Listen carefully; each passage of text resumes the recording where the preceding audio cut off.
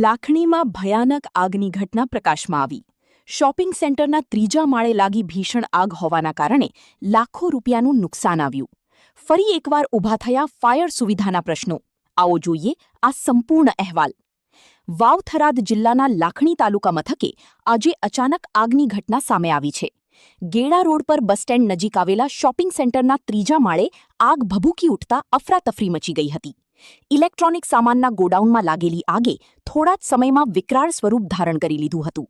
બાજુમાં આવેલી 3 દુકાનો, જેમાં કાપડની દુકાનો પણ આગની ઝપેટમાં આવી ગઈ હતી.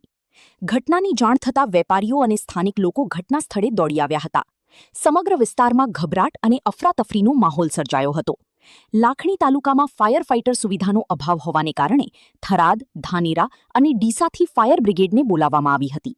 સાથે જ 108 એમ્બ્યુલન્સ પણ તાત્કાલિક સ્થળે પહોંચી હતી. ફાયર બ્રિગેડ પહોંચી ત્યાં સુધીમાં આગે વિકરાળ સ્વરૂપ ધારણ કરી લીધું હતું. લાખો રૂપિયાનું ઇલેક્ટ્રોનિક અને અન્ય માલ બળીને ખાખ થઈ ગયો છે. પ્રાથમિક માહિતી મુજબ એસીના કોમ્પ્રેસર ફાટવાના કારણે આગ લાગી હોવાનું અનુમાન વ્યક્ત કરવામાં આવી રહ્યું છે. પોલીસ પણ ઘટના સ્થળે પહોંચી તપાસ શરૂ કરી છે. આ ઘટના બાદ સ્થાનિકોમાં ભારે રોષ જોવા મળ્યો છે.